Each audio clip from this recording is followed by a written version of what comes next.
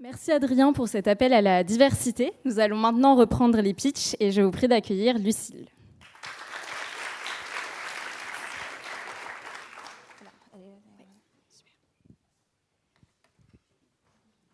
Bonsoir à tous, du coup moi c'est Lucille et je suis la cofondatrice du coup de Muséup. Ah oui, c'est là. Ok. Muséup, ça part d'une discussion avec une de mes proches qui me dit que sur son avenir, que ça va être compliqué. Je comprends pas trop parce qu'effectivement elle est diplômée d'une des meilleures écoles du monde, l'école du Louvre, elle est guide et elle habite à Paris. Et elle me dit qu'effectivement elle n'arrive pas à trouver de clientèle alors qu'elle a tout pour réussir. Effectivement, je cherche, moi de mon côté, je vois qu'il n'y a pas d'outils pour, alors que 80% des guides sont auto-entrepreneurs. À partir de ce moment-là, je continue mes recherches et je me rends compte que les touristes, eux, n'arrivent pas à trouver cette offre qui leur correspond, une offre personnalisable sur demande, totalement à leur image. Donc, constat, l'offre et la demande ne matchent pas. La solution, Muséup, du coup, qui est une sorte de Doctolib de la culture et qui vous permet de réserver partout en France des expériences culturelles avec des vrais professionnels de la culture, tout en contribuant à la sauvegarde du patrimoine français.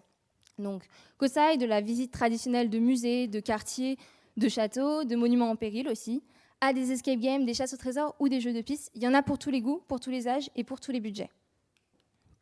Notre équipe, elle est composée de 3 personnes, donc de 2 de mes associés. Alexandre, qui se charge du produit et du marketing, Jean, RH, finance et logistique, et moi-même de la communication et de la commercialisation. Nos performances, effectivement, Muséup a énormément grandi pendant l'année 2023. Effectivement, aujourd'hui, on a des partenaires partout en France. Et c'est ce qui nous permet de pouvoir proposer à notre clientèle, aussi bien française qu'étrangère, des prestations de qualité et surtout authentiques. On veut faire de Muséup la marketplace référente de la culture. C'est pour ça qu'effectivement, on a déjà pensé une V2 plus complète, plus intensifiée, qui permet aussi de répondre mieux à une demande en intégrant des nouvelles fonctionnalités et de l'IA. Au niveau du tourisme culturel, effectivement, il faut savoir que après le Covid et avec l'arrivée des JO, le tourisme et le tourisme culturel sont des secteurs où tous les signaux sont en vert. On est le pays le plus visité au monde. C'est pas normal qu'on n'ait pas de plateforme aujourd'hui qui nous permette de pouvoir réserver comme Airbnb ou comme Doctolib. Le modèle économique, il est simple, il est vérifié, il est approuvé et aussi par d'autres plateformes. C'est tout simplement une commission qui est prise sur chaque prestation vendue. À terme, effectivement, parce que là, on est sur des one-shots, et à terme, nous aurons des revenus récurrents, comme en proposant des abonnements et autres. Nos objectifs, du coup, on en a réalisé beaucoup, et je remercie nos clients et nos partenaires pour ça, c'est grâce à eux.